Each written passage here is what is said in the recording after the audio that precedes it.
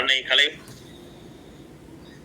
தன்னுடைய தாசராக நினைச்சுக்கிட்டு அந்த பேரை வச்சு வழங்கினார் ஒருத்தர். புதுமை கவிஞர் பாவலரேறு பாவலர் மணி தமிழ்நாட்டு தாகூர்.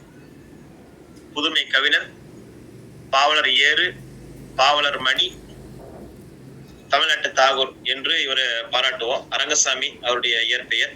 1915 பிறந்திருக்காரு. புதுச்சேரி வில்லியனூர். அங்கேயும் வந்து நல்லா படிச்சிருக்காரு. மாநில பிரவேச தேர்வு, இந்த நம்ம என்ன சொல்லுவோம், பொது தேர்வுன்னு சொல்லுவோம், அந்த மாதிரிதான் மாநில பிரவேச தேர்விலும் தமிழக பல்கலைக்கழகத்தினுடைய வித்வான் தேர்வில் வெற்றி பெற்றிருக்காரு. 35 ஆண்டுகள் தமிழாசிரியராக இருந்திருக்காரு. இவருடைய ஆசிரியர் பணி தமிழ் தொண்டையை பாராட்டி செவாலியர் விருது 1954. இதுல முக்கியமானதுங்க, வாணிதாசனுக்கு செவாலியர் விருது எப்ப கொடுத்தாங்க அப்படின்லாம் பாத்துவாங்க. 15 நூலுக்கு மேல எழுதியிருக்காரு. 74 இயற்கை எழுதிட்டாரு. தமிழச்சி, கொடிமுல்லை, எழிலோவியம், தீர்த்த யாத்திரை, இன்ப இலக்கியம், பொங்கல் பரிசு, இரவு வரவில்லை, சிரித்த நுணா அவருடைய பேர்ல கவிதைகள், பாட்டரங்க பாடல்கள் தமிழக அரசு பரிசு பெற்றது. இனிக்கும் பாட்டு, எழில் விருத்தம், அடுத்தது தொடுவானம், பாட்டு பிறக்கு மடா, இசை, இதெல்லாம் இசைப்பாக்கெல்லாம் சொல்றோம். இந்த மாதிரி நிறைய நூல்களை வந்து படைச்சு கொடுத்திருக்காரு. ஆங்கிலம், ரஷ்ய, பிரெஞ்சு மொழியில மொழிபெயர்க்கப்பட்டுள்ள சமதர்ம நோக்கம், சீர்திருத்த போக்கம் மிக்க பாடல்கள். ஒரு டவுட், உருசிய மொழியும் ரஷ்ய மொழியும் ஒரே லாங்குவேஜ்ங்களா ஐயா? அதேதாங்க, ரஷ்யாவை தான் உருசியம் சொல்றோம். ஓகேங்க. தமிழ்ல சொன்னா உருசியம், அது அப்படியே வடமொழி கலந்து சொன்னோம்னா ரஷ்ய மொழி. அவ்வளவுதாங்க. உப்பிய வயிற்றை தூக்கி ஒரு பையன் ஓடி வந்தான், சப்பிய மாங்கொட்டையோ தலையோ என்று ஐயம் கொண்டேன். பாருங்க, இடுவெயில் போல் உழைக்கும் சேரிவாழ் ஏழை மக்கள், இடுவெயில் போல் உழைக்கும் சேரிவாழ் ஏழை மக்கள், கொடுவெயில் குளிர் மலைக்கும் குந்திட குடிசை இருக்குதா இல்லன்றாரு. பிரெஞ்சு மொழி புலமையும் பயிற்சியும் மிக்க வாணிதாசன் கவிஞர் விக்டர் ஈகோவுடைய ஆண்லரவை காதல் உள்ளம் என்ற பெயர்ல ஒரே நேரத்தில் மொழிபெயர்த்திருக்காரு. மாப்பாசான் சிறுகதைகள் 2 வந்து பட்டிக்காட்டு பெண், பெரிய எடுத்து செய்தி, பட்டிக்காட்டு பெண்ணு மற்றும் பெரிய எடுத்து செய்தி என்ற பெயர்ல மொழிபெயர்த்திருக்காராம். இதெல்லாம் முக்கியமானது. நிறைய நூல் மொழிபெயர்த்திருக்காரு. அப்படின்னா மற்ற மொழி தெரிஞ்சு வச்சிருக்காங்க. அதான் ஒரு தகவல். அடுத்ததுங்க, 19ஆம் நூற்றாண்டு, அதுக்கு மேல பாருங்க, பிரெஞ்சு மரபு கவிதைகளை மட்டுமே விரும்பி படிச்சிருக்காரு. அதுக்கு மேல ஒரு பாயிண்ட், ஆல் பிரத்தே மொய்சேவின் உணர்ச்சி மிக்க கவிதைகளையும் வெண்கழுகு பேடை என்ற பெயர்ல மொழிபெயர்த்திருக்காரு. 19ஆம் நூற்றாண்டில் வாழ்ந்த ஐரோப்பிய கவிதையோட போக்கையே மாற்றி அமைத்த போதலர்லாம் கேள்விப்பட்டிருப்பீங்க. ரேம்போ, மல்லார்மே நம்ம படிச்சிருப்போம். இந்த புக்ல இருக்கும் பாருங்க, மல்லார்மே. பெர்லின் இவங்களுடைய கையெல்லாம். ஆனா அவருடைய புதுமை தாக்கம் எங்குமே இவர்கிட்ட இல்லைன்னு சொல்றாங்க. மாடர்னிசம், அவங்க புதுமையை சிந்திச்சாங்க, அவங்களுடைய புதுமை தாக்கம் எங்குமே இவர்கிட்ட இல்ல அப்படின்னு தான் சொல்றோம். அடுத்தது, இலக்கண வரம்புக்கு உட்படாத வசன கவிதைகளை சாடி இருக்காரு. இலக்கண வரம்புக்கு உட்படாத வசன கவிதைகளை சாடி பல இடத்துல பேசியிருக்காரு. ஊன் பூத்த தமிழுணர்வும், உளம் பூத்த அன்பும், ஒண்டமில் நனி பூத்த இலக்கண மேம்பாடும், கான் பூத்த அருவி ஒக்கம், இதெல்லாம் வந்து அவருடைய மேற்கோள்கள். பாருங்க, ஒரு நிமிஷம். சரி, வாணிதாசன் பாரதிதாசனுடைய நேரடி மாணவர் சொல்றோம். பாரதிதாசனுடைய பாடல் பாணி, கொள்கை இவருடைய படைப்புல 100க்கு 100 அப்படியே இருக்குமா. பாரதிதாசன் பாத்தீங்கன்னா திராவிட சித்தாந்தங்களை பேச வருங்க. அவர் வந்து கடவுள் மறுப்பு கொள்கையாளர். தமிழன் என்ற ஒரு சொல்லாட்சி அவருக்கு ரொம்ப பிடிக்கும். தமிழர்கள், தமிழ் அப்படின்ற அந்த மொழிப்பற்று, நாட்டுப்பற்று இதெல்லாம் உண்டு. அடுத்தது, பாரதிதாசனுடைய அழகின் சிரிப்பு என்ற நூல் இயற்கை பற்றிய பாக்களுடைய தொகுப்பு, நேச்சுரல் போயட்ரி. இந்த நூலை பின்பற்றி பல கவிஞர்கள் இயற்கை பாடியிருக்காங்க.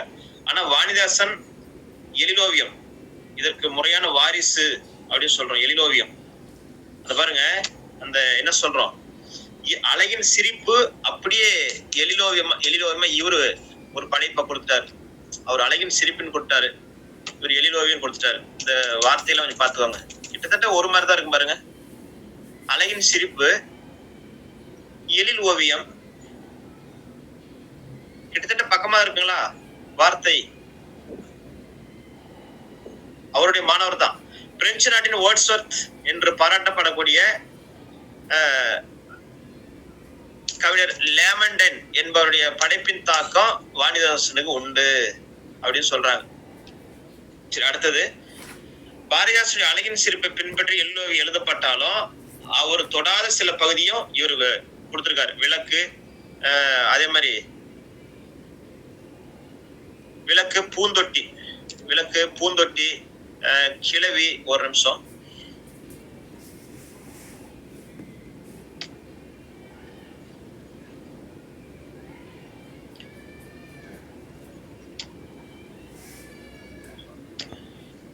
ஓகே, விளக்கு, பூந்தொட்டி, கிழவி, வாடிய மலரு, இந்த மாதிரி வாடிய மலரு, கல்லறை இதெல்லாம் வந்து இவருடைய புதுமையான தலைப்புகள் அப்படின்னு சொல்றாங்க. பாருங்க, அழகின் சிரிப்பை பின்பற்றி தான் எழுதியிருக்காரு எழிலோவியம். இருந்தாலும் இவர் சில பகுதி வந்து புதுசா கொடுத்திருக்காரு. இதெல்லாம் கொஞ்சம் பார்த்துவாங்க. கிள்ளையின் மூக்கொலி, மிளகாய் பழத்துக்கும் மீன் நிறைந்த அந்திவானத்தை, செல்லுண்ட குடைக்கும் தெரிவை, பெண்ணின் மார்பை பழந்தூங்கும் ஒவ்வாளுக்கும் ஒப்பிட்டு கூறியிருக்கக்கூடிய ஓமை அழகு நினைச்சு பார்க்கக்கூடியதுன்றாரு. வாடிய மலர் குமாரன் ஆசானின் வீண பூவை நினைவுபடுத்தினாலும் தமிழுக்கே ஒரு மரபோடு இப்பாடல் இருக்குது அப்படின்னு சொல்றாருங்க. அடுத்தது முன்னரை கூந்தல், கொட்டை முந்திரி முதுகு, கண்கள் சின்னமா வெளும்பல், கிழவி எதிரில் வந்து சிரிப்பது போல இருக்குது அப்படின்னு சொல்றாரு. வாணிதாசுடைய காப்பியத்துல முக்கியமானது இது ரெண்டும், தமிழச்சியும் கொடிமுல்லையும். தமிழச்சி வாணிதாசுடைய உள்ளத்துல ஊட்டெடுத்த கற்பனை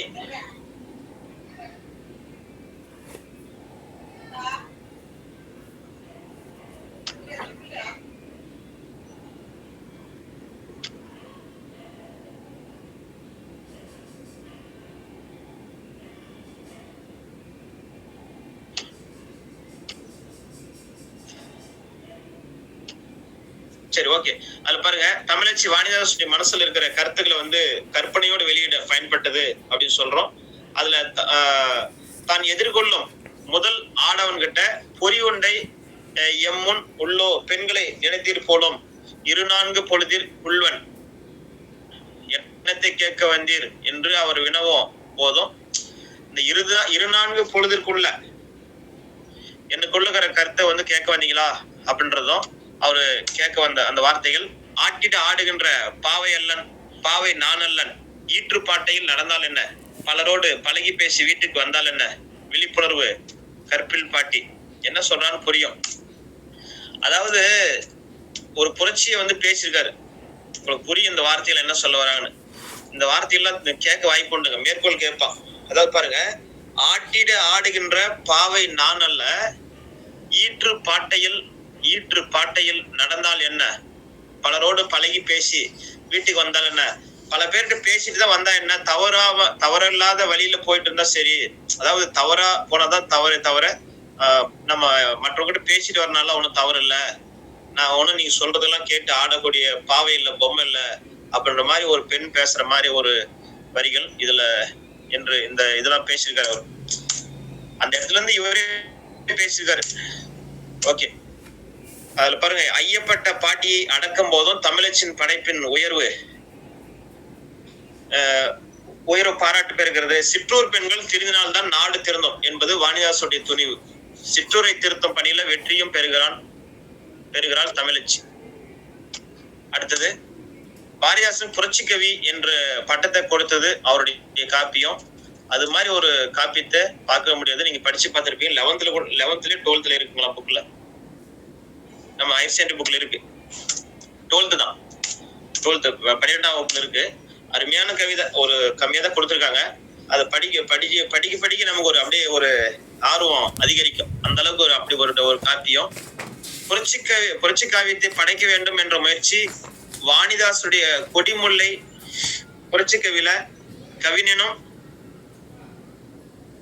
அரசன், கொடிமுல்லையில சிற்பியும் அரசன் மகளும் காதலிக்கிறாங்க. 2 காப்பியத்திலுமே அரசனுடைய எதிர்ப்பு அவர்கள் காதலுக்கு இடையூறா இருக்குது. இப்ப புரட்சி கவியில பாத்தீங்கன்னா அரசனுடைய பொண்ணும் சிற்பியும் காதலிக்கிறாங்க. அதே மாதிரிதான் இங்கேயும். 2லும் கதை தலைவிங்க வந்து துணிச்சலா பேசுறாங்க. 2 பேருமே குற்றத்தை தாங்களே ஏத்துக்கிட்டு காதலனை வந்து மீட்டு எடுக்க போராடுறாங்க. அதெல்லாம் ஒரு பெரிய புரட்சி தான். மக்கள் திரண்டெழுந்து கவிஞனுக்கும் பாருங்க அமுதவல்லிக்கும் மீட்சி தந்தனர் அப்படின்னு சொல்றோம். குடியாட்சி நிறுவினாங்க. கொடிமுல்லையும் காதலன் அழகனும் சாவை தழுவுறாங்க. கொடிமுல்லையில ரெண்டுமே கிட்டத்தட்ட அப்படியே பக்கமா தான் இருக்கு அந்த கருத்துக்களும் கற்பனையும். கலையும் மலையும் சுத்தும் கடலும் என் கருத்தை கவர்ந்தன அப்படின்னு சொல்றாரு. கற்பனையை தூண்டி வாணிதாசன் தன்னுடைய முன்னுரையில குறிப்பிட்டுள்ள குறிக்கோள் கொடிமுல்லையில தட்டின்றி நிறைவேறி இருக்குது அப்படின்னு சொல்றோம். அதுல பாருங்க, மாமல்லபுரம் சிற்பங்களை வந்து கல்வடிவில் கண்டவர்கள் அவற்றை இந்த நூல்ல சொல்வடியில் பார்க்கலாம் அப்படின்னு சொல்றாரு. வாணிதாசன் படைப்புல குறிப்பிடத்தக்கவை 2: தீர்த்த யாத்திரையும் இன்ப இலக்கியமும். இதெல்லாம் கொஞ்சம் முக்கியமானதுங்க. தீர்த்த யாத்திரையும் இன்ப இலக்கியமும் இவருடைய படைப்புல முக்கியமானது அப்படின்னு சொல்றோம். அடுத்தது, இவை முதிர்ச்சி பெற்ற கவிதைகள் என்பதோடு வாணிதாசனுடைய ஒரிஜினாலிட்டி தனித்தன்மை அதில் இருக்குது அப்படின்றாரு. 19ஆம் நூற்றாண்டுல பிரெஞ்சு நாட்டில் ஏற்பட்ட இலக்கிய மறுமலர்ச்சியின் தாக்கம் தீர்த்த யாத்திரையில காணலாம். இதெல்லாம் முக்கியமான கருத்து. தீர்த்த யாத்திரை குஸ்தாவ் பிளாபர்ட், பாஸ்லாக், எமிலி ஜோலா ஆகிய 3 பேருமே புதின உலகத்துல பெரிய புரட்சிகளை செஞ்சாங்க அப்படி சொல்றோம். மாபாசான் வந்து சிறுகதை உலகத்துல புதுமைகளை செஞ்சு சிறுகதை மன்னன் என்று உலக மக்களால போற்றப்படுகிறார். அவருடைய படைப்புகள் வந்து தனி மனித ஒழுக்கம், சமுதாய ஒழுக்கம் ஆகியவற்றை வந்து கேள்விக்குறியாக்குதான். இவருடைய படைப்பு என்ன சொல்ல வராங்கன்னு தெரியல. ஓகே, தனி மனிதனுடைய ஒழுக்கத்தையும் சமுதாய ஒழுக்கத்தையும் கேள்விக்குறியாக்குதுன்றாங்க. அதாவது சுதந்திரம் என்ற பேர்ல இவங்க பேசியிருப்பாங்க. அதுதான் சொல்ல வராங்க. சுதந்திரம் என்றது யாருடைய கட்டுப்பாட்டுக்கும் உட்படாம தன்னுடைய விருப்பப்படி அந்த சுதந்திர போக்கோடு அந்த செயல்படுவதை வந்து பேசியிருப்பாங்க. அதுதான் சொல்றாங்க. பிளாபர்ட்டின் மேடம் பவாரி என்ற புதினம் சமுதாய ஒழுக்கத்தை சீர்குலைக்கும் என்று காரணம் காட்டி பிரெஞ்சு அரசாங்கம் தடை செய்து. பிளாபர்ட்டின் மேடம் பவாரி, அதாவது அதுதான் சொல்றாங்க பாருங்க. இப்போ நம்ம படிச்சிருக்கிற தமிழ்நாட்டு புரட்சியாளர்கள் கூட நிறைய பேரு சில கருத்தை வந்து பொதுவெளியில விரும்பத்தகாத கருத்தெல்லாம் சொல்லியிருக்காங்க. அதெல்லாம் நம்ம அந்த மாதிரி தான். நீங்க புதினங்கள் எல்லாம் நீங்க பாத்தீங்கன்னா, புதினங்கள் சிறுகதை எல்லாம் பாத்தீங்கன்னா அப்படிதான் இருக்கும். அவங்க ஒரு மாதிரி பேசியிருப்பாங்க. ஓகே, அதுக்குள்ள போல இவர்கள் படைப்புகள்ல பெரும்பாலானவை சந்தர்ப்ப சூழ்நிலையால் கற்பை பறிகொடுத்த பெண்களுக்கும் வறுமையால் குற்றம் புரிந்த ஆண்களுக்கும் இறக்கப்பட்டு பரிவு காட்டி எழுதப்பட்டுள்ளது. இதுதான் தகவல். விக்டர் ஈகோ எழுதிய உலக புகழ்பெற்ற ஏழை படும்பாடு புதினத்தின் தலைவன் ஒரு திருந்திய திருடனா. விக்டர் ஈகோ, ஏழை படும்பாடு யாருங்க அது?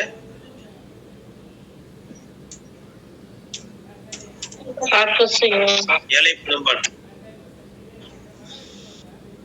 விக்டர் ஈகோடைய ஏழை படும்பாடு என்ற புதினத்தை வந்து மொழிபெயர்த்து எழுதின ஒருத்தர் இருக்காரு.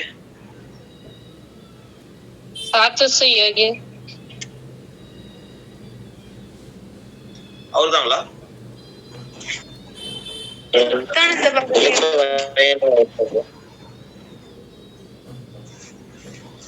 ஏழைப்படும்பாடு இளிச்சவாயன் யாருங்க? சார் சுத்தானந்த பாரதி. அவரேதான். தமிழ்ல கதை கவிதைகள் முதல்ல பாரதிதாசன் தான் நிறைய சொல்லியிருக்காரு, எழுதியிருக்காரு.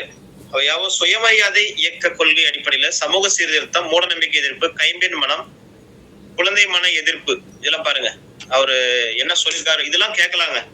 இப்படிதான் கொஸ்டின் கேட்பான். இப்போ பாரதிதாசனுடைய படைப்பு எந்த மாதிரி எழுதப்பட்டது அப்படின்னு இருக்கும் பாருங்க. பாரதிதாசனுடைய படைப்புகள் ஒரு நிமிஷம்.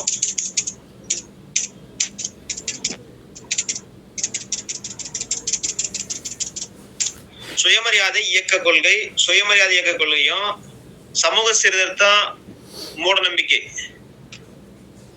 சுயமரியாதை இயக்க கொள்கை அடிப்படையில சமூக சீர்திருத்தம், மூட நம்பிக்கை எதிர்ப்பு, கைம்பெண் மனம், குழந்தை மன எதிர்ப்பு, இதெல்லாம் பாரதிதாசனுடைய கவிதையின் பாடு பொருள்கள்.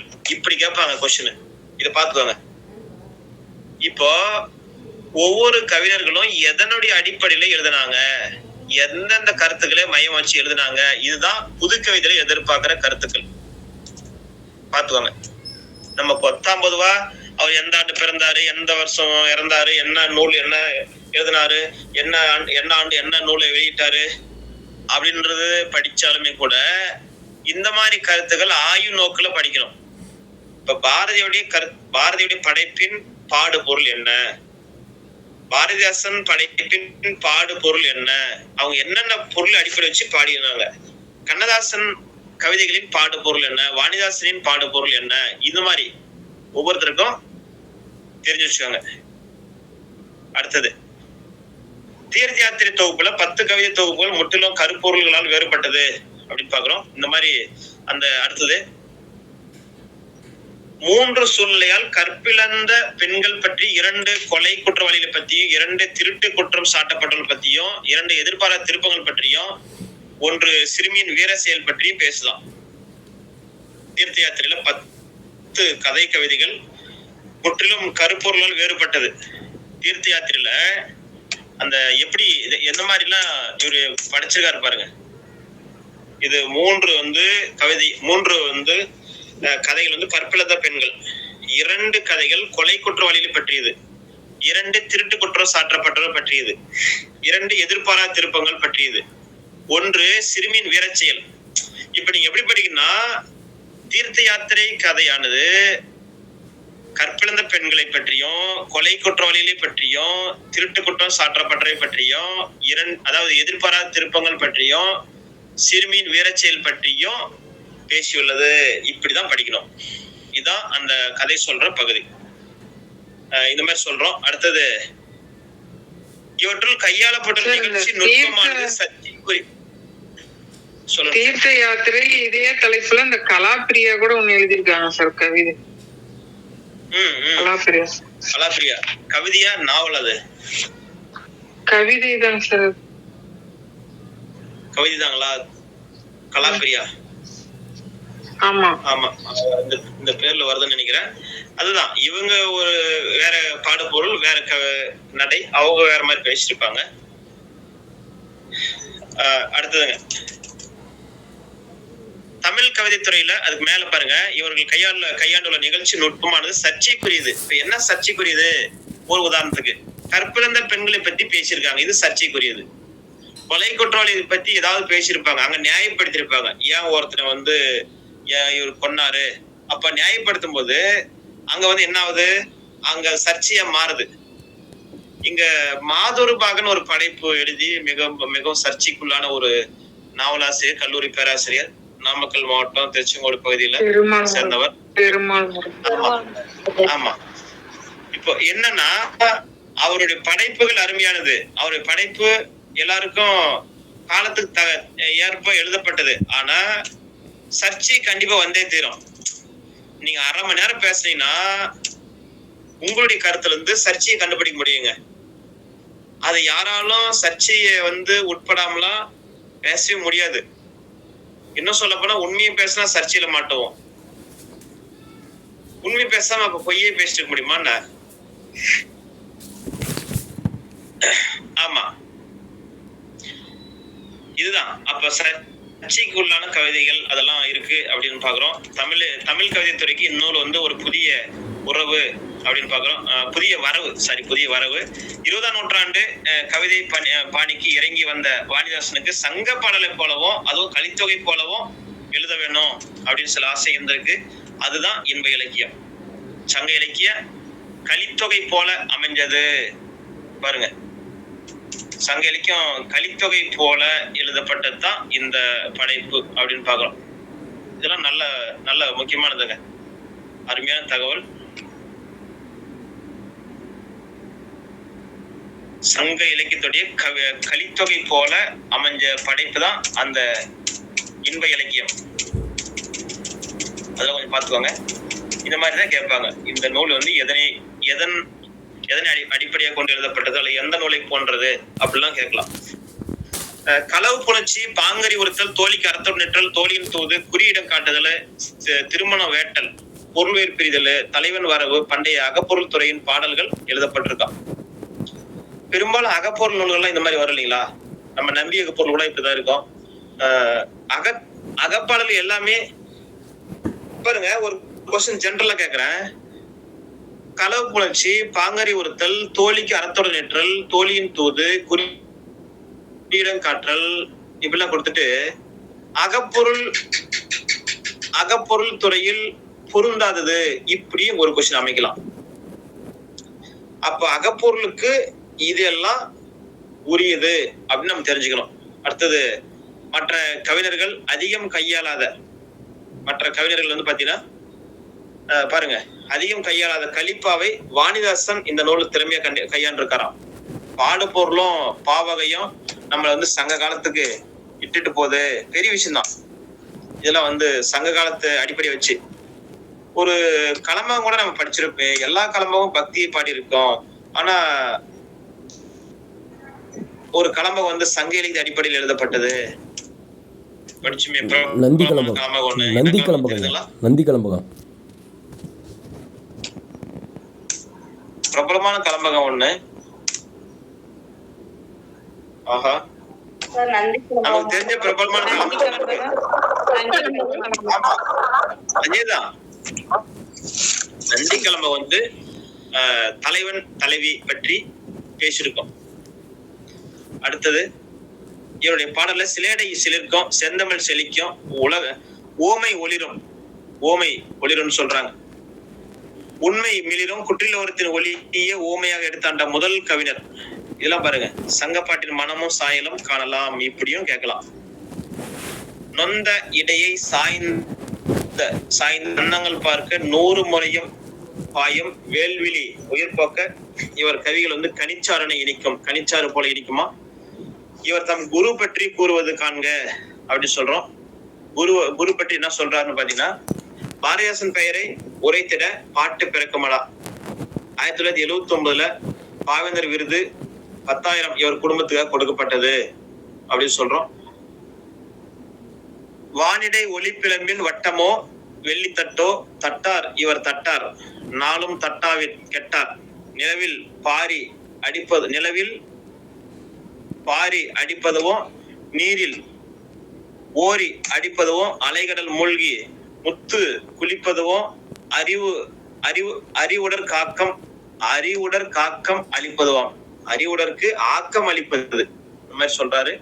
இந்த மாதிரி வாணிதாசனை பற்றிய குறிப்புகளை நீங்க பார்க்கும்போது அவர் என்னென்ன பாடு பொருள், என்னென்ன கவிதைகள் பாடியிருக்காரு, என்னென்ன நூல்கள், இதெல்லாம் அப்படியே கொஞ்சம் தொகுத்து பார்த்துவாங்க.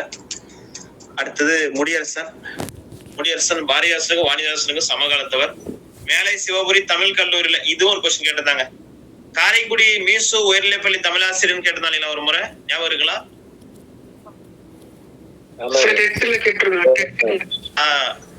ஆமா, இந்த மாதிரிதான் அவங்க கொஸ்டின் வந்து செலக்ட் பண்ற விதம் இப்படிதான் செலக்ட் பண்ணுவாங்க. மீசு உயர்நிலைப்பள்ளியோட தமிழாசிரியரா இருந்தாரு அப்படிலாம் கேட்க வாய்ப்புண்டு. அடுத்தது 3 காவியங்கள், 4 கவிதை தொகுப்பு, 2 இசைப்பாடல்கள், இதெல்லாம் அவருடைய படைப்புகள். இவரும் திராவிட இயக்கத்தில் ஈடுபாடு கொண்டு அந்த இயக்க கொள்கையில அடிப்படையில கவிதை எழுதின ஒரு திராவிட இயக்கம். வார்த்தை புரியும் உங்களுக்கு. இப்போ வந்து பேசுறாங்க இல்லைங்களா, நிறைய பேசுவாங்க திராவிடம் அப்படின்னு பேசுவாங்க. ஒன்னும் தமிழுக்காகலாம் ஒன்னும் பண்ணிட மாட்டாங்க. சரி, அடுத்தது இவருடைய படைப்பு. வாணிதாசனோ பேச்சு நடைக்கு நெருக்கமான எளி இலக்கிய சொற்களை தன்னுடைய படைப்புல கொடுத்தாங்க. அடுத்து முடியரசுடைய கவிதை நடை வந்து பண்டைய இலக்கிய நடையை ஒத்தது அப்படின்னு சொல்றோம். அடுத்தது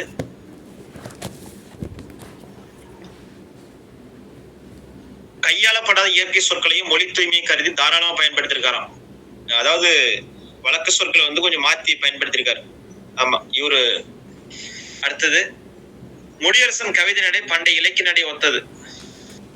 இவருடைய படைப்புகளை படிக்கும் போது சங்க பாடலை படிப்பது போன்ற உணர்வு ஏற்பட வாய்ப்புண்டு. இவரும் கொஞ்சம் அந்த நடையை வந்து சங்க பாடல் நடையோடு அப்படி தொட்டு செல்கிறார். தொடக்கத்துல மற்ற கவிஞர்களை போல தமிழ் இயற்கை காதல் பற்றி தான் பேசியிருக்காரு. குயில்கள் பசுங்கிளிகள் பற்றி பாடும்போது பிடித்தவற்றை பார்க்கையில அறம் கண்டேன், பேசும் மொழி சொந்தமேயாம், அடுத்தவற்றின் குரல் அல்ல, நீயும் ஒன்றன், அன்னை மொழி, அன்னை மொழியால் பேசு. அன்னை மொழியால் இருக்கு. ஒரு நிமிஷம்.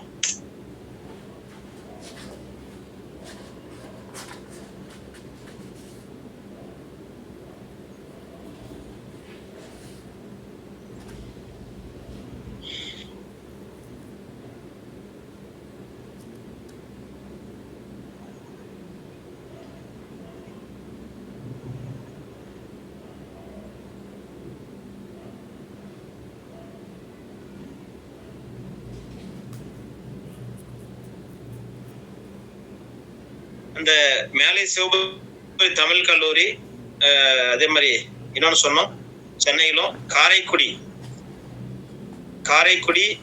மீசு உயர்நிலைப்பள்ளி தமிழாசிரியரா பணிபுரிஞ்சாரு அப்படின்னு பாக்குறோம். அடுத்தது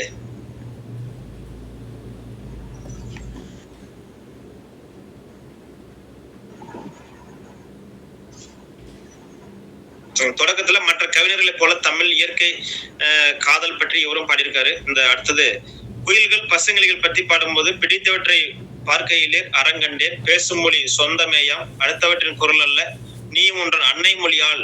அந்த அன்னை மொழியால் அப்படின்ற சொல்லல ஒரு எழுத்து சேர வேண்டியதா இருக்காது. ஒருத்தர் அன்னை மொழியால் பேசு பாடு, தடுப்போர் யார் என்றெல்லாம் சொல்றாரு, என்றன் அப்பறவைகள் என்று பாடுகிறார்.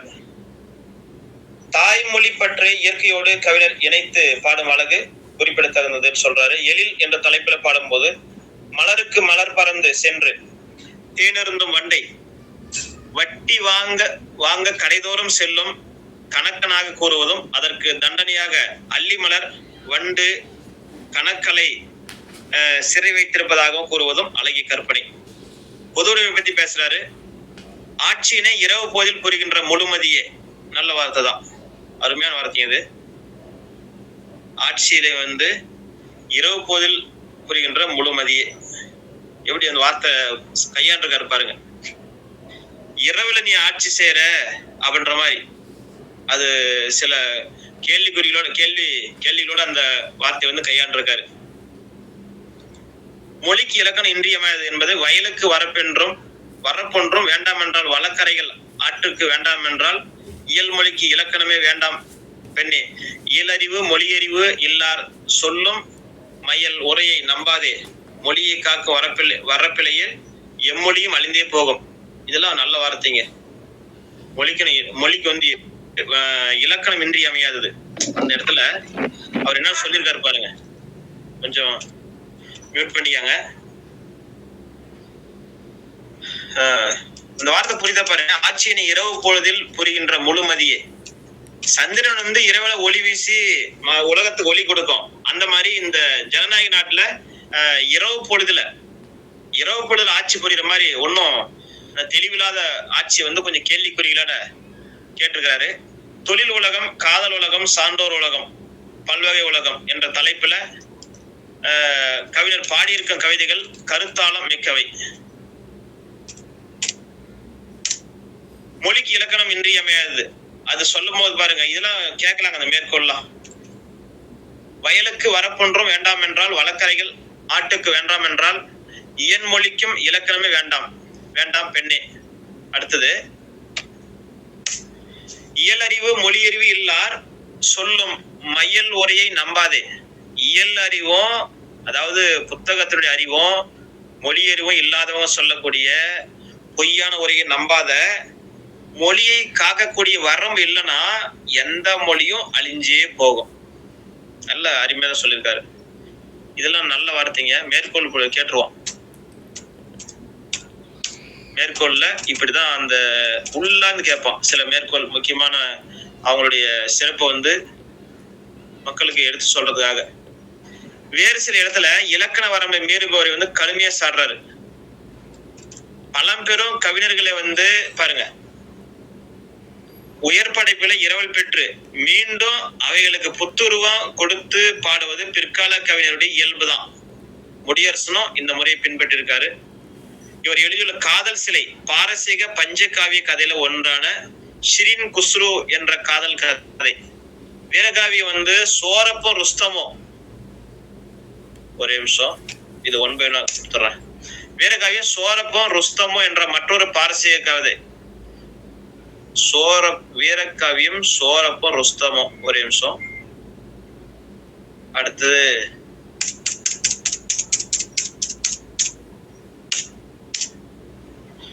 பாரசீக கதை சுதமதி சாத்தனார் ஏற்கனவே உருவாக்கிய பாத்திர படைப்பு. பாரசீக கதை ஒரு நிமிஷம், இதுல என்னது ஒரு சின்ன ஸ்பேஸ் மாறுது. சுதமதி வந்து சாத்தனார் ஏற்கனவே உருவாக்குன பாத்திர படைப்பு கதைன்னு சொல்றோம். அடுத்து பௌத்த மணிமேகலை தமிழ் மணிமேகலையாக உருவாக்கப்பட்ட காப்பியம் தான் பூங்கொடி. இதெல்லாம் கொஞ்சம் அப்படியே பார்த்தோம் வரிசையா. பாருங்க, காதல் சிலை வந்து பாரசீக பஞ்சகாவிய கதையில ஒன்றான ஷிரின் குஸ்ரு என்ற காதல் கதை. வீரகாவியம் வந்து சோரப்போ ருஸ்தமோ என்ற பாரசீக கதை. சுதமதி எழுதி சுதமதி கதை வந்து நம்ம ஐயா சாத்தனார் எழுதியது, சீத்தலை சாத்தனார் எழுதிய அதாவது பாத்திரத்தினுடைய படைப்பு தான். பௌத்த மணிமேகலை தமிழ் மணிமேகலையாக உருவாக்கப்பட்டதுதான் பூங்கொடி. இது எப்படி இருக்கு பாருங்க, ஒரு சின்ன சின்ன மாற்றம். பூங்கொடி காவியம் வந்து எதை அடிப்படை வச்சு எழுதப்பட்டது கேட்கலாம் தானே, நமக்கு தெரியும் தானுங்க. இதெல்லாம் பூங்கொடி காவியம் வச்சு எழுதப்பட்டது அப்படியெல்லாம் கொஞ்சம் பார்த்துவாங்க. இனிமேல் அடிப்படை வச்சு எழுதப்பட்டது பேசிக்கான கொஸ்டின், அது எல்லாருக்கும் தெரியும். ஒரு சிலருக்கு தெரியலன்னா இந்த 4 கருத்து முக்கியமானதுங்க. காதல் சிலை இது வரிசையா பார்த்துவாங்க. காதல் சிலை இப்போ உங்க ஸ்கிரீன்ல தெரியும் நினைக்கிறேன். ஓகே, பாரசீக பஞ்சகாவிய கதையில ஒன்றான ஷிரின் குஸ்ரு என்ற காதல் கதை. வீரகாவியம் சோரப்போ ருஸ்தமோ இதுவும் பாரசீக கதை தான். சுதமதி நம்ம ஐயா சாத்தனார் ஏற்கனவே எழுதிய சாத்தனார் உருவாக்கிய பாத்திர படைப்பு. பௌத்த மணிமேகலை தமிழ் மணிமேகலையா மாற்றப்பட்டதுதான் பூங்கொடி. அப்படின்னா பூங்கொடி வந்து மணிமேகலை அடிப்படையில் எழுதப்பட்டது அப்படிலாம் கொஞ்சம் பார்த்துவாங்க. ஓகேங்க. சீத்தலை சாத்தனாருடைய மணிமேகலை அவுட்லைன் வரைகோட்டை அப்படியே எடுத்துக்கிட்டு வண்ணங்களை மட்டும் இவர் மாத்திருக்காரு. என்ன சொல்றாருன்னா, இது மணிமேகலோட சமய போராட்டம், பூங்குடியில மொழி போராட்டம். மொழி போராட்டம் தன்னுடைய துணையோடு சிறை சென்ற முடியரசன் மொழி போராட்டத்துக்குரிய சூழ்நிலை நடப்பு அதனுடைய விளைவுகள் பற்றி நன்கு தெரிஞ்சிருக்காரு. மொழி போராட்டத்தெல்லாம் பாடுபட்டிருக்காங்க. இப்போ எந்த வருஷம் மொழி போராட்டம்? மொழி போராட்டம் இவருடைய காலத்துல, அது வருஷம் குறிப்பா சொல்ல முடியல, அது அப்புறம் பேசிக்கலாம். ஓகே, மொழி போராட்டத்துக்கு வந்து இவர் சிறை போயிருக்காரு, அதை பத்தி எழுதியிருக்காரு. இயற்கையிலே அவர் உள்ளதில் கூடிக்கொண்டுதான் மொழிப்பற்று இதுல வந்து கொஞ்சம் அவரை தூண்டிருக்கு எழுதுறதுக்கு. அடுத்தது மறைமலடிகள், சோமசுந்தர பாரதி, நாவலர் சோமசுந்தர பாரதி, ஈழத்தடிகள் போன்ற காவியங்கள் எல்லாம் போன்ற தமிழறிஞர் எல்லாம் இந்த காவிய பாத்திரங்களா வேறு வேறு பேர்ல கற்பனை செய்யப்பட்டிருக்காங்க. கொடுமுடி சுந்தராம்பாள் இந்த காப்பியத்துல இசை பேரனாக இடம்பெற்றிருக்கிறாங்களாம். பயந்தமாலை, மாதவி, சுதமதி, காயசண்டிகை, அரவணடிகள், ஆதிரை, ஆபத்திரன், உதயகுமாரன் ஆகிய மணிமேகலை காப்பிய பாத்திரங்கள் பூங்குடியில தமிழ் வடிவம் பெற்றிருக்குது. இது பாருங்க, பூங்குடியில தமிழ் வடிவம் பெற்றிருக்குது. சார், அப்ப அந்த மறைமலை அது பூங்குடியிலேயேவா? இதுல பாயிண்ட் புரியுதுல பாருங்க, அவங்க கேரக்டர் அவங்கள வந்து கேரக்டரை பயன்படுத்திருக்காரு வேற வேற பேர்ல. டீச்சர் ஒண்ணும் இல்ல, இவங்க எல்லாம் மொழி போராட்டத்துல பங்கு கொண்டவங்க. அவங்கள வந்து இந்த நூல்ல வந்து கேரக்டரா பயன்படுத்திருக்காரு, வேற வேற பேர்ல. சரிங்க. வேற வேற பேர்ல.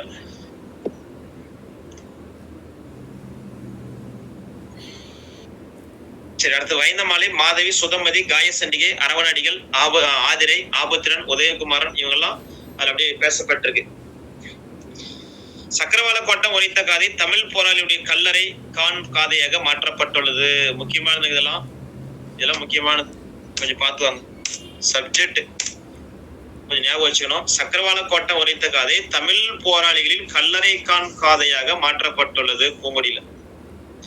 பூங்குடி வெளிநாட்டு பயணம் போன போது, பூங்குடி வெளிநாட்டு சுற்றுப்பயணம் மேற்கொண்ட போது உருசிய தமிழறிஞரும் தன்னுடைய பெயரை செம்பின் என்று மாட்டிக்கொண்டவருமான ரூடிலையும் செக் நாட்டு அறிஞர் கமில் சோலபிலையும் சான்மார் என்ற அறிஞரையும் சந்திச்சு மகிழ்ந்ததாக காப்பி சொல்லுது. இது ஒரு கொஞ்சம் வித்தியாசமா இருக்கு இல்லைங்களா? கொஞ்சம் அப்படி என்ன சொல்றது, அவருடைய கற்பனை அப்படி மாத்தி எழுதிட்டாரு. தவறு கிடையாது, அது அவருடைய கற்பனை.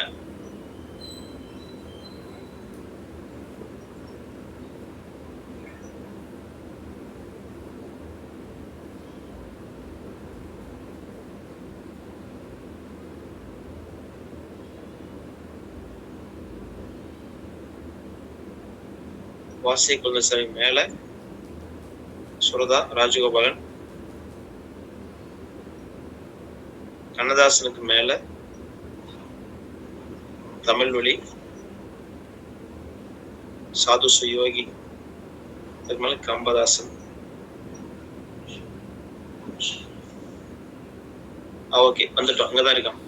அதாவது சக்கரவாள கோட்டம் உரைத்த காதை தமிழ் போராளியுடைய கல்லறை காதையை மாத்திருக்கிறோம். பூங்குடி வந்து வெளிநாட்டுக்கு போன போது அங்க பேர் மாத்திட்டோம்லாம் சந்தேஷதான் சொல்றாங்க. குடும்ப கவர்ச்சி பொதுப்பணியின் எதிரியாம். என்ன இந்த வார்த்தை புரியலையே கொஞ்சம். இந்த வார்த்தை குடும்ப கவர்ச்சி பொதுப்பணியின் எதிரி என்ன புரியுதுங்களா? அந்த வார்த்தை, இந்த சொல்லாட்சி புரியுதுங்களா?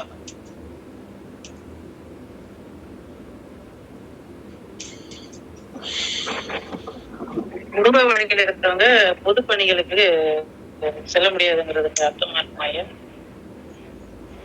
அதேதான் மேடம், அதேதான். குடும்பத்துல வந்து ரொம்ப ஈடுபாடா இருந்தாங்கன்னா பொதுப்பணியில செய்ய முடியாதுன்றாங்க. எடுத்துக்காட்டு சிவக சிந்தாமணி. பொதுப்பணி போனா குடும்பம் வளராது அப்படின்னு தான் சொல்றாரு. பெண்மையின் உயர்வு, தமிழிசை நாடக மறுமலர்ச்சி, இசை நாடக நூலுடைய வரலாறு, யாழ்வகை, மூவர் தேவாரத்தின் தெய்வீகத்தன்மை, இதுல எல்லாம் பேசியிருக்காரு. சிறந்த தமிழ் மொழி வரலாற்று இலக்கியம். அறவணி, இறைவனை, ஆரூர் நம்பி, இரவிடை பறவையால் ஏவீதி எம்மொழி. இறைவனை ஆரூர் நம்பியால், ஒரு நிமிஷம், அதாவது அந்த வார்த்தை ஒரு பிழை இருக்கு, அதை சரி பண்ணிட்டு போயிடலாம் அப்படியே.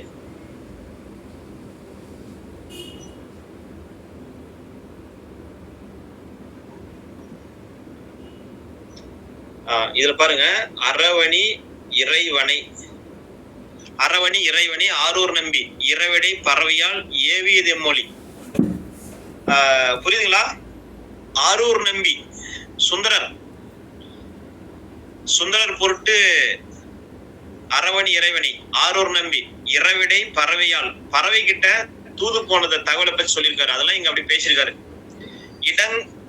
இடங்கொண்ட இளஞ்சிறு மகளை உடம்போடும் உயிரோடும் உய்வித்தது எம்மொழி. ஓங்கிய எலும்பினை உருவிலில் குறைவிலா மடந்தையின் வடிவாய் மாற்றியது எம்மொழி. அருமறை வெணினரால் அடைபடு கதவம் திருக்காட்டில் திறந்தது எம்மொழி. இதெல்லாம் நல்ல வார்த்தைங்க. இன்று தமிழ் மொழியின் மந்திர வலிமையை பட்டியலிட்டு காட்டுகிறார். கேட்கலாம் முக்கியமான மேற்கோள்கள். இந்த கேள்வி கொடுத்துட்டு அறவணி இறைவனை, இன்னும் பச்சன ஒரு வார்த்தை இருக்கு, அறவணி இறைவனை, ஆரூர் நம்பி, இரவிடை ஏவிது எம்மொழி, இரவிடை பறவையால் ஏவிது எம்மொழி. அருமையான வார்த்தைங்க இதெல்லாம். இந்த கேள்வி கேட்கிற மாதிரி இருப்பாருங்க. இடங்கொண்ட இளஞ்சிறு மகளை உடம்போடு உயிரோடு உய்வித்தது எம்மொழி. ஒடுங்கிய எலும்பினை உருவிலில் குறைவிலா மடந்தையின் வடிவாய். இது இது பாருங்க, அருமையான வார்த்தை பாருங்க. இந்த இந்த கொஸ்டின் யாரை குறிக்குதுன்னு புரியும் பாருங்க. ஒடுங்கிய எலும்பினை உருவிலில் குறைவிலா மடந்தையின் வடிவாய் மாற்றியது எம்மொழி. இதில் குறிப்பிடப்படும் சான்றோர் யாரு கேட்கலாம்.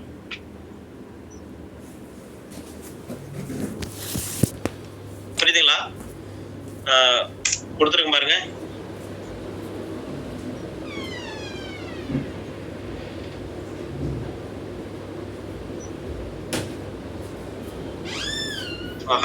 அமைதியா இருக்கிறீங்க. ஒடுங்கிய எலும்பினை உருவெளில் குறைவிலா மடந்தையின் வடிவாய் மாற்றியது எம்மொழி.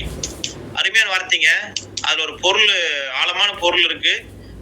அருமையான கொஸ்டின். இப்படியும் கேட்கலாம். இப்படிதான் கேட்பான் கொஸ்டின். இப்படியும் கேட்கலாம்ல, இப்படிதான் கேட்பான்.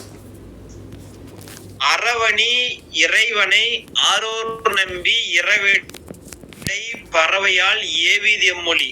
இந்த வரியில் குறிப்பிடப்படும் சான்றோர் யாரு?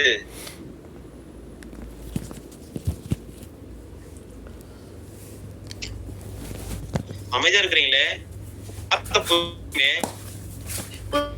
புரியுதுங்க சார். சுந்தரரை குறிக்கிறாங்க, சிவபெருமான குறிக்கிறாங்க. சுந்தரரே தான் சிவபெருமான். அதாவது சுந்தரர் போட்டு சிவபெருமான் போறாரு இல்லைங்களா? அதனாலதான் இந்த இடத்துல அருமறை வினைஞரால் அடைபடு கதவம் திருமறை காட்டில் திறந்தது எம்மொழி அப்படிங்கறதுல அது சிவபெருமான் வருவாரா சுந்தரர் வருவாரா? சாரி, அது ஒடுங்கிய இல்ல ஒடுங்கிய எலும்பினை உருவெளியில் குறைவிலா மடந்தையின் வடிவாய் மாற்றியது மொழி. அதுக்கு முன்னாடி ஒண்ணு. சரி, இப்படி பாருங்க. அதாவது குடத்திலிட்ட எலும்பினை வந்து பெண்ணாக மாத்தினவர் யாருங்க? சுந்தரர் தான். அவரு இப்படிதாங்க கொஸ்டின் கேட்பான். இந்த என்ன சொல்ல வரான்னு பாருங்க. அதாவது தமிழோடு தொடர்புடைய அந்த வரலாற்று தகவல், அந்த தமிழ் அறிஞர்களை பற்றிய அந்த தகவல் தெரிஞ்சிருக்குதா? அவ்வளவுதான். நம்ம என்ன படிச்சிருப்போம்? சுந்தரர் பற்றிய அதிசயங்களா படிச்சிருப்போம். குடத்திலிட்ட வந்து, அதாவது ஒரு பெண் இறந்துருவாங்க, அவங்களுடைய சாம்பல் வந்து ஒரு குடத்துல இருக்கும். அந்த சாம்பலை வந்து கொண்டு வந்து இத வந்து பெண்ணா மாத்தி கொடுங்கன்னு சொல்லி கேட்பாங்க இல்லைங்களா? ஆமாங்க சார். அந்த தகவல் அதுதான் நம்ம படிச்சிருப்போம். ஆனா இந்த மாதிரி கேட்கும்போது சில பேருக்கு ஆழ்ந்து படிச்சவங்களுக்கு நினைவு வந்துடும், கொஞ்சம் ஆழ்ந்து படிக்காதவங்களுக்கு இது நினைவு வராது. எல்லாரும் புரியுதுங்களா? இந்த மாதிரி இதை ஒரு கையாண்டு இருக்காரு. ஆனா இது இப்படி நேரடியா இப்படியும் கேட்கலாம். இது தற்கால கவிஞர்கள் யார் கையாண்டிருக்கான்னு கேட்கலாம். அல்லது இந்த வரிகளுக்கு சம்பந்தப்பட்ட தொடர்புடைய சான்றோர் யாரு இப்படியும் கேட்கலாம். இப்போ கீழே சொன்ன வரியும் நம்ம படிச்சிருக்கிறோம். அதாவது அருமறை வினைஞரால் அடைபடு கதவும் திருமறை காட்டில் திறந்தது எம்மொழி. இதுவும் நம்ம பக்தி இலக்கியத்துல படிக்கிறதா இல்லைங்களா? ஆமாங்க சார். இதுக்கு வந்து யார் பொருட்டு திருமறை காட்டு கதவு திறந்தது சார்? ரெண்டு பேருமே படிக்கிறோங்க சார். அதுல ஒரு குழம்பு இருக்கு.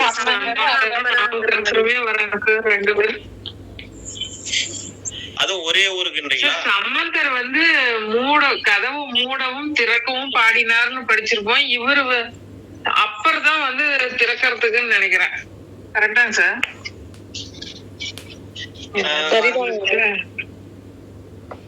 சரி, அதேதான். அப்பர் வந்து இந்த திருமறை காட்டு கதவும் திறந்தாரு. அது குழப்பற மாதிரி கேட்க மாட்டான், ஏதாவது ஒருத்தர் தான் கொடுப்பாங்க. இல்லைன்னா நம்மளால உடனே கேஸ் போட்டுருவாங்க, அதுக்கு 6 மாசம் இழுக்க அடிக்குவாங்க. முடியரசுடைய படைப்புல மற்றொரு சிறந்த காப்பியம் ஊன்றுகோல். இதுவும் கேள்விப்பட்டிருப்பீங்க. ஊன்றுகோல் பண்டிதமணியை பற்றியது, பண்டிதமணி கதிரேச செட்டியார் பற்றியது. இதெல்லாம் முக்கியமானதுங்க. முதிர்ந்த வயசுல கண் பார்வை குறைந்த நிலையில மிகவும் தொல்லைப்பட்டு இந்த காப்பியத்தை முடியரசன் எழுதியிருக்காருன்னு சொல்றோம். தனிப்பட்ட ஒரு தமிழறிஞரை பற்றி இவ்வளவு சிறப்பா எழுதப்பட்ட வேறு காவியம் எதுவுமே கிடையாது. அதெல்லாம் நல்ல பாயிண்ட் அப்படின்னு சொல்றோம். அடுத்தது இது இப்படியும் ஒரு கொஸ்டினுங்க. தனிப்பட்ட தமிழறிஞரை பற்றி மிக சிறப்பாக எழுதப்பட்ட ஒரு காப்பியம் ஊன்றுகோல். அவ்வளவுதான். ஊன்றுகோல் துணையோடு எப்பவுமே காணப்பட்ட பண்டிதமணி தமிழ் வீறு கொண்டு எழுந்து நடப்பதற்கு ஊன்றுகோலாக விளங்கினார் என்பதே இதனுடைய கருப்பொருள். ஓகே. ஆத்திச்சூடி ஊன்றுகோலாக பட்டி கொண்டு அவர் தமிழ் உலகை வளம் வந்த அழகை ஓதி ஆத்திச்சூடி ஊன்றுகோல் ஆக கொண்டு நீடு நூல் படிகள் ஏறி நெடிய காப்பியங்கள் என்னும் வீடு சேர் ஊர்கள் சுற்றி வீறுகோள் சங்க சான்றோர் ஓதிய இலக்கியத்தின் உலகெல்லாம் உலவி வந்தார் என்று முடியரசு வந்து பாராட்டுறார். இந்த மேற்கோளை கொஞ்சம் பார்த்துவாங்க. ஒண்ணு இல்ல, அந்த ஊன்றுகோல் காப்பியத்துல வர்ணிச்சு பாடியிருக்காரு, அவ்வளவுதான். ஒரு பண்டிதமணி கதிரேச செட்டியாரு வர்ணிச்சிருக்காரு. ஆனா ஊவேசாவை யாரும் வர்ணிக்க விட்டாங்களே, ஊவேசா வர்ணிச்சு பாடியிருக்கலாமே. அவரை பத்தி ஏதாவது படைப்பு இருக்குங்களா ஊவேசா பற்றி?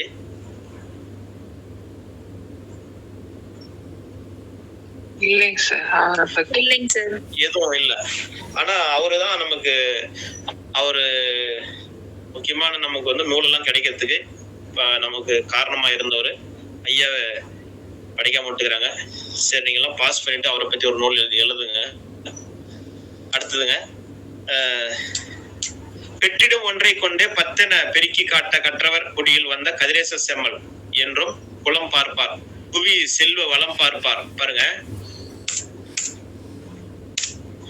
குவி செல்வ வளம் பார்ப்பார், அடுத்தது குடி பார்ப்பார், சீரும் பார்ப்பார், நலம் பார்ப்பார், கலன் பார்ப்பார், நடந்து வரும் நடை பார்ப்பார், உடையும் பார்ப்பார், நலம் பார்க்கும் நிலை மட்டும் மறக்கிடுவர் நகரத்தார் நிலைதான் எண்ணி. இதெல்லாம் வந்து மேற்கோள்ல கேட்கலாங்க, கொஞ்சம் பார்த்துவாங்க. நகரத்தார் இயல்பையும் நுட்பமாக நமக்கு சொல்றாரு. நகரத்தார்னு புரியுதுங்களா? எந்த ஒரு காரணம் நகரத்தார்னு சொல்லி எந்த ஒரு பகுதியை சொல்லுவோம் தெரியுங்களா? காரைக்குடி சைடு ஏதாவது சொல்லுவோம். Very good, very good. Karaikudi பக்கம் இருக்கிற அந்த மக்கள், செட்டிநாட்டு மக்களை பத்தி சொல்லுவோம். இந்த நூல் பண்டிதமணியோட வாழ்க்கையை பத்தியும் தமிழ் தொண்டை பற்றியும் நகரத்தாருடைய கொடை சிறப்பையும் பேசுது. பாருங்க, இந்த நூல் வந்து பண்டிதமணியை பற்றி அந்த நகரத்தார் மக்களை பற்றியும் பேசுது அப்படின்னு சொல்றோம். அடுத்தது, நல்லவர் உள்ளம் எல்லாம் தளிந்துறகும் வண்ணம் தீமைகள் மலிந்து விட்டன, பண்பாட்டு குறைவு ஒரு நாகரிகமாகவே மாறி வருது. பண்பாட்டு குறைவு நாகரிகம் மாறிடுச்சு, உண்மைதான். அதாவது தவறு அது வந்து இப்போ அது நாகரிகம் மாறிடுச்சு, அந்த மாதிரி போயிட்டு இருக்கு. எத்தனையோ சொல்லலாம். கவிஞர் முடியரசன் கருத்து மனிதனை தேடுகிறேன் என்ற கருத்தா என்ற நூல் வந்து இருக்கு அப்படின்னு பாக்குறோம். அடுத்தது, கடமை செய்ய தயங்குகிறோம், கண்ணியத்தை காற்றுல விட்டு பறக்க விட்டுட்டோம், கட்டுப்பாட்டு அடிமை நிலை என்று கருதி உதறிவிட்டோம், ஆகையினால் மானுடத்தை சீரழித்தோம். அருமையான மேற்கோள். அடுத்தது, மேல்நாட்டு இசையரங்கில் பாடும் இசைக்கலைஞர்கள் கவிஞர்கள் எல்லாமே இசைப்பாட்டுல பாடுவாங்க. இசை மேடைக்கு என்று சில பாடலை எழுதுவாங்க. அவர்களை பாடல் கவிஞர் என்று சொல்லுவாங்க. இந்த பாடல் கவிஞர்களை நம் நாட்டு சாகித்ய கர்த்தாக்களுக்கு ஒப்பிடலாம். அடுத்தது, மேல்நாடுகளில் வாழ்ந்த பீத்தோவன், மொசாட் போன்ற இசைஞானிகள் காதல் கடவுள் என்ற கடவுள் இந்த இரண்டு கருப்பொருளை தான் வந்து கருப்பொருளை வச்சுதான் பாடியிருக்காங்க. காதல் மற்றும் கடவுள். ஒரு நிமிஷம்.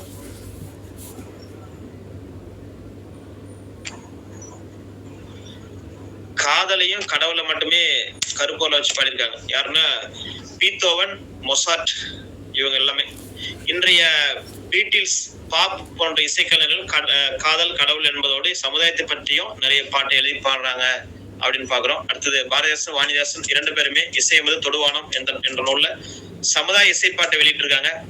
முடியரசன் காவியப்பாவை பாடுகோயில் இந்த இசைப்பட தொகுப்புல காதலை பற்றியும் சமுதாயத்தை பத்தி நிறைய பேசியிருக்காரு. பாரதிதாசனுடைய பாடலும் நிறைய இசை மேடையில பாடப்படுது, திரைப்படங்கள் பலவற்றிலும் எடுத்தாளப்பட்டுள்ளது.